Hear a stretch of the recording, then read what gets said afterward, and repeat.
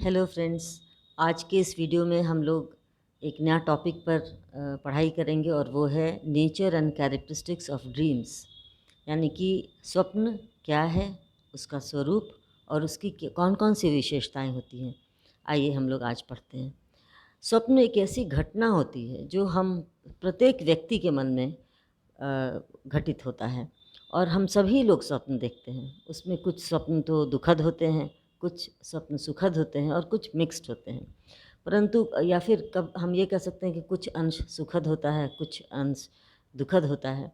तो ये जो प्रक्रिया है वो जीवन का एक भाग के समान है और हम लोग प्रत्येक दिन प्रत्येक रात को हम इसका अनुभव करते हैं। इस ड्रीम्स के बारे में कई लोगों ने बहुत वर्षों से इसके बारे में अलग अलग तरह के अपने अपने मापदंड या अपने अपने विचार प्रस्तुत किए हैं। जैसे आदिकाल में बहुत पुराना स्वप्न का जो स्वरूप था, उसमें दार्शनिकों लोगों ने अलग अलग तरह से उन लोगों ने बतलाया था कि क्या होता है। उसमें कुछ लोग कहते थे कि ये सुपर नेचुरल होता है। और होता क्या है कि जब हम स्वप्न देखते हैं उस समय जब रात में जब सोते हैं और हमारे आत्मा हमारे शरीर से निकल जाती है और भ्रमण करती है, उस समय वो जो जो चीज़ देखती है, सुनती है, महसूस करती है, वही सब हम अपने स्वप्न में भी पाते हैं। तो ये सब आज भी किसी किसी ट्राइब्स में या किसी किसी ऐसे जनजाति में ऐसी बात पाई जाती है, ऐसे विचार और ऐसे विश्वास पाए जाते हैं। तो दार्शनिकों का ये मत है कि डिवाइन फोर्स का एक रूप होता है, यानी दैविक शक्ति का एक रूप होता है कि जब व्यक्ति पर भगवान खुश होते हैं तो सुखद स्वप्न देखते हैं हम लोग, और जब भगवान हम पर नाराज़ होते हैं तो हम दुखद स्वप्न देखते हैं। तो ये आदिकाल में पहले लोग ऐसा कहते थे।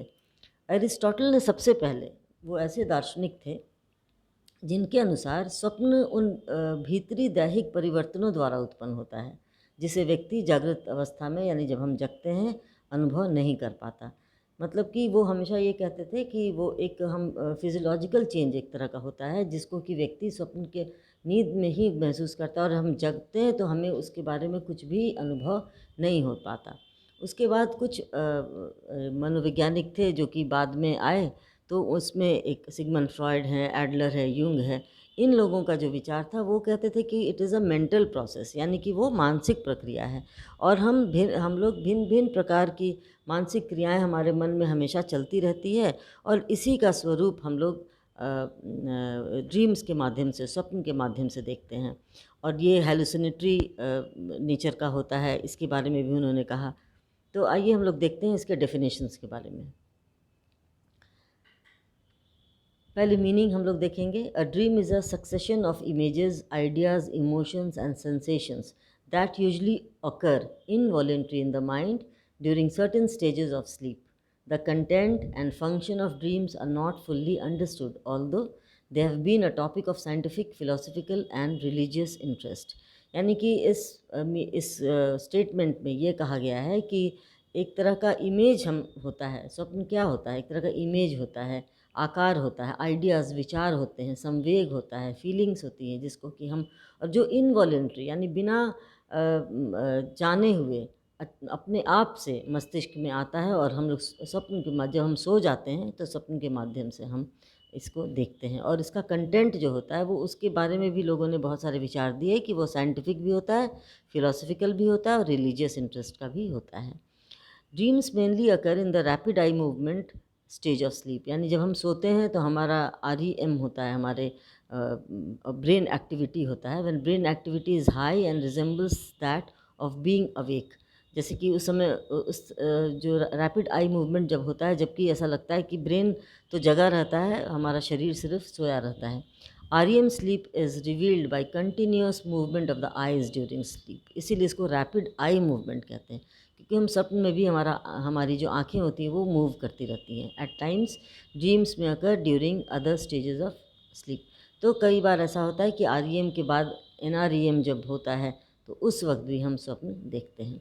आइए डेफिनेशन के बारे में पढ़ें। डेफिनेशन सबसे पहले ब्राउन एंड मेनिंगर के बारे में उन्होंने ये कहा है कि dreams are hallucinations which we all experience every night when we awake.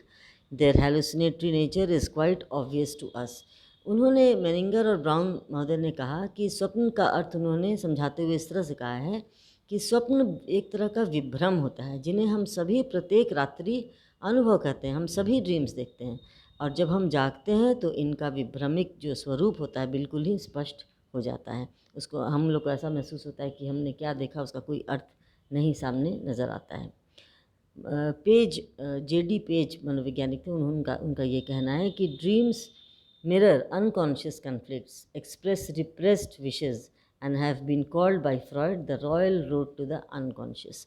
इसमें इन्होंने ये कहा है कि फ्रॉयड के विचारों को बहुत ज़्यादा महत्व देते हुए उन्होंने कहा कि स्वप्न में अचेतन के संघर्षों की झलक मिलती है, दमित इच्छाओं की अभिव्यक्ति होती है तथा फ्रॉयड द्वारा इसे अचेतन की ओर ले जाने वाला एक राजकीय मार्ग होता है। यानी कि हम फ्रॉयड महोदय ने कहा था कि आगे हम लोग पढ़ेंगे उसके बारे में डिटेल में, पर अभी इस संदर्भ में बताना चाहेंगे कि सिगमंड फ्रॉयड महोदय ने बताया कि हमारे जितने भी रिप्रेस्ड विशेज़ होते हैं वो हमारे अनकॉन्शियस में कहीं ना कहीं दमित होते हैं, और जब हम निद्रावस्था में होते हैं तो हमारे अनकॉन्शियस से वो कंटिन्यूस वो इच्छाएं बाहर आने के लिए वो प्रयासरत रहती है, और इसी प्रयास के दौरान जब हम सोते हैं तो हमारा अनकॉन्शियस माइंड सो जाता है और अनकॉन्शियस एक्टिव हो जाता है, और अनकॉन्शियस से वो सारी इच्छाएं बाहर निकल कर आती हैं स्वप्न के माध्यम से।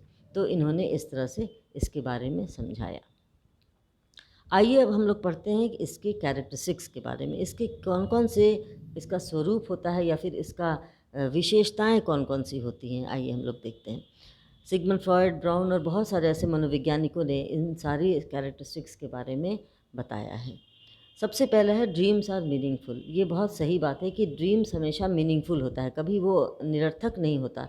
क्यों? क्योंकि वो कहीं ना कहीं हमारे मन से जुड़ा होता है और हम वही देखते हैं जो कि हमारे मन में कहीं ना कहीं मौजूद रहता है। तो साधारण लोग इसको अर्थहीन कहते हैं, परंतु स्वप्न अर्थहीन कभी भी नहीं होता। जैसे कि साइको एनालिस्ट लोगों ने अनेक उदाहरण दिया है और उन्होंने कहा है कि कोई भी स्वप्न जब हम देखते हैं तो उसका कोई ना कोई अर्थ ज़रूर निकलता है। ये कई उदाहरण ऐसे हैं।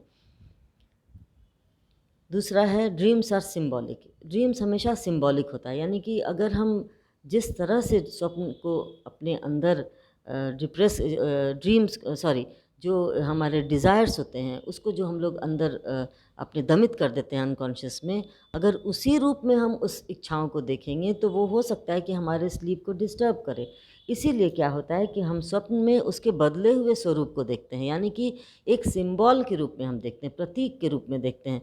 और क्योंकि हम डायरेक्टली सेम अगर इच्छाओं को हम देखेंगे तो हमारा मानसिक संतुलन बिगड़ सकता है, और इसी मानसिक संतुलन को बचाए रखने के लिए सिगमंड महोदय ने, फ्रॉयड महोदय ने कहा कि उसको हम लोग रिप्रेस कर देते हैं अपने अनकॉन्शियस में, ताकि वो बाहर निकल के हमें हमारे कॉन्शियस लेवल पर ना आ सके। तो इसलिए सिंबॉलिक होता है स्वप्न। Dreams are hallucinatory in nature. ये विभ्रमक होता है, ये कि हम पहले भी बतला चुके हैं कि स्वप्न में व्यक्ति जो कुछ भी देखता है या अनुभव करता है वो एक तरह का हेलुसिनेशन ही होता है, क्योंकि नींद टूटने के बाद जो स्वप्न अवस्था में जो सारी बातें जो होती हैं, जो दृश्य होते हैं, वो सारे गायब हो जाते हैं, और स्वप्न में के समय जो घटनाएं जितनी सही लगती हैं, नींद समाप्त होते ही उतना ही वो झूठ और मिथ्या महसूस हम लोग करते हैं उसको। नेक्स्ट है dreams are subjective and egocentric. Why subjective? Subjective इसलिए क्योंकि व्यक्ति जो आज हम अगर स्वप्न देखते हैं तो वो स्वप्न का जो भी कंसेप्ट होगा या जो भी मटेरियल या जो भी मीनिंग होगा वो सारे हमसे जुड़ा होगा, किसी और से जुड़ा नहीं होगा। तो वो किसी और से भी जुड़ा हो सकता है, जैसे युंग महोदय ने कहा है कलेक्टिव ड्रीम्स, लेकिन मोस्टली सब्जेक्टिव, वो कहीं ना कहीं हमसे भी जुड़ा रहता है और ईगो सेंट्रिक भी होता है। तो स्वप्न आत्मगत होता है और आत्म केंद्रित भी होता है। स्वप्न को आत्मगत इसलिए या सब्जेक्टिव इसलिए कहा जाता है क्योंकि इसके विषय और घटनाएं व्यक्ति के अपने निजी जीवन से और अनुभवों से संबंधित होता है। मेरा जो अपना खुद का एक्सपीरियंस होता है उसी से वो संबंधित होता है, जिसका अनुभव मात्र उस व्यक्ति को ही होता है, दूसरे को नहीं। अब हमारे अंदर जो बातें चल रही है वो सिर्फ हम समझ सकते हैं, दूसरा नहीं समझ सकता है। और स्वप्न आत्म केंद्रित भी होते हैं क्योंकि स्वप्न का केंद्र व्यक्ति स्वयं ही होता है। स्वप्न की यथार्थता इस केंद्र बिंदु के अर्थहीनता के आलोक में समाप्त हो जाती है। नेक्स्ट है dreams also hint toward future, यानी कि स्वप्न से भविष्य का भी संकेत मिलता है। कैसे मिलता है कि स्वप्न की एक और विशेषता ये है, और युंग महोदय ने इस पर अधिक बल डाला है। उन्होंने ये कहा कि स्वप्न में व्यक्ति को भविष्य में होने वाली घटनाओं का भी संकेत मिलता है, क्योंकि देखिए हमारे अंदर बहुत सारी ऐसी इच्छाएं होती हैं जो हम पूरा करना चाहते हैं और भविष्य में उसको हम पूरा करना चाहते हैं। तो हम लोग कई बार अपने स्वप्न में देखते हैं कि इस तरह के हम लोग अपने स्वप्न को पूरा कर रहे हैं, और उसका कई बार ऐसा होता है जो प्रॉब्लमैटिक जो हमारे डिज़ायर्स होते हैं, उन डिज़ायर्स का कभी कभी सॉल्यूशन भी हम ड्रीम्स के माध्यम से देख लेते हैं। तो हमारे फ्यूचर में उस इच्छाओं को की पूर्ति करने में वो हमारे सॉल्यूशंस हमें मदद पहुंचाते हैं। तो इस तरह से हमारी दमित इच्छाओं की भी जो अभिव्यक्ति होती है उसको भी हम लोग ये संकेत मिलता है कि हम ये फ्यूचर की ओर वो संकेत करता है। नेक्स्ट है dream express the repressed wishes of unconscious. ये हमने पहले भी बताया कि सिगमंड फ्रॉयड महोदय ने ये कहा कि हमारी जितनी भी अतृप्त इच्छाएं होती हैं जो हम पूरा नहीं कर पाते हैं अपने कॉन्शियस लेवल में, यदि वो कॉन्शियस लेवल पर बहुत दिनों तक मौजूद रहेगा तो हमें हमेशा डिस्टर्ब करता रहेगा। तो अपने मेंटल बैलेंस को, मेंटल पीस को बनाए रखने के लिए this is a defence mechanism, एक तरह का वो मानसिक प्रक्रिया है जो कि हम अपने कॉन्शियस को कॉन्शियस में जितनी हमारी इच्छाएं होती हैं उसको हम अचेतन में उसको दमित कर देते हैं और वहीं छोड़ देते हैं। लेकिन वो दमित इच्छाएं हमेशा प्रयासरत रहती है बाहर आने के लिए, और स्वप्न के माध्यम से जब हम सोते हैं तो अपना विश फुलफिलमेंट करती है। इसको सिगमंड महोदय ने कहा है कि एक तरह का थ्योरी भी उन्होंने दिया जो हम लोग आगे पढ़ेंगे, wish fulfilment theory of dream.